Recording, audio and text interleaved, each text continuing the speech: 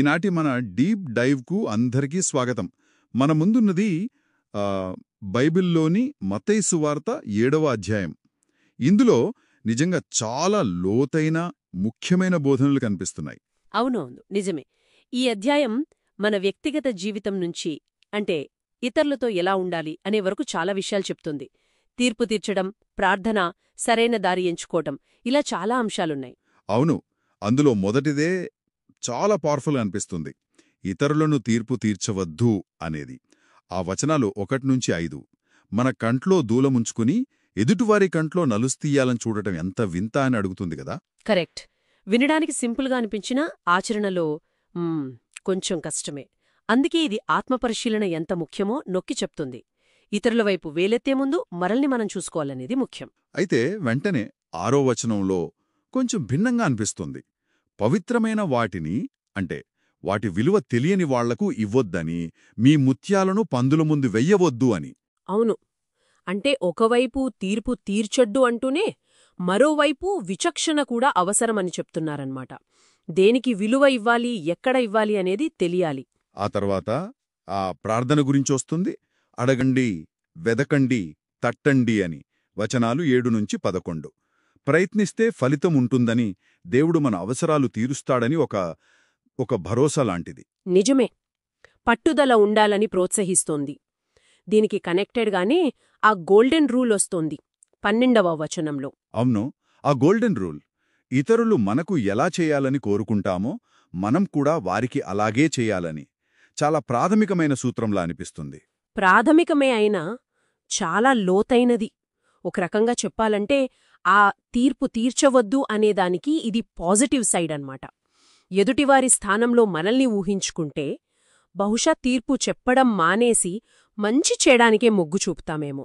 సరిగ్గా చెప్పారు. కాని ఆ తర్వాత వచ్చే భాగం వచనాలు 13-14. ఇరుకు ద్వారం, విశాలమైన ద్వారం. ఇది కొంచెం ఆలోచింపజేస్తుంది. అవును, జీవానికి వెళ్లే దారి కష్టమని, కొందరే వెళ్తారని, నాశనానికి వెళ్లే దారి సులభమని, చాలామంది దాన్నే ఎంచుకుంటారని చెప్పడం. ఇది మనం తీసుకునే నిర్ణయాల బరువును గుర్తుచేస్తుంది. అంటే తేలికైన దారి ఎప్పుడూ సరైనది కాదనే హెచ్చరిక లాంటిదా? బహుశా అందుకేనేమో వెంటనే తప్పుడు ప్రవక్తల గురించి హెచ్చరిక వస్తోంది. వచనాలు 15-20. గొర్రెల చర్మం కప్పుకున్న తోడేళ్లలా ఉంటారని. మరి వాళ్ళనెలా గుర్తించాలి? అక్కడ వారి ఫలముల ద్వారా వారిని తెలుసుకుంటారు అనుంది కదా. ఖచ్చితంగా. మాటలు కాదు, వాళ్ల చేతలు, వాళ్ల ప్రవర్తన, వాళ్ల జీవితం, అవే అసలు రుజువు అనమాట. మంచి చెట్టు మంచి ఫలాలే ఇస్తుంది, చెడ్డ చెట్టు చెడ్డ ఫలాలే ఇస్తుంది అని చాలా స్పష్టంగా చెప్పారు. ఈ ఫలాల ప్రాముఖ్యత అది నిజమైన విశ్వాసులకు కూడా వర్తిస్తుంది కదా. ఆ తర్వాత వచనాల్లో 21-23లో అదే చెప్తున్నారు. అవునవును. కేవలం ప్రభువా ప్రభువా అని పిలిచినంత మాత్రాన సరిపోదని, గొప్ప కార్యాలు చేసినా సరే దేవుని చిత్తాన్ని, అంటే ఆయన ఇష్టాన్ని చెయ్యకపోతే ప్రయోజనం లేదని ఒక గట్టి హెచ్చరిక ఇది. అంటే మాటలు, అద్భుతాలు కూడా కాదు, చివరికి మిగిలేది ఆచరణేనా అనిపిస్తుంది. అదే మనల్ని చివరి ఉపమానానికి తీసుకెళ్తుంది.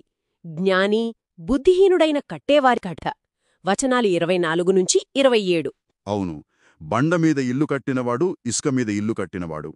యేసు మాటలు విని పాటించేవాడు బండమీద కట్టినట్టు, విన్నా పాటించనివాడు ఇసుక మీద కట్టినట్టు. సరిగ్గా.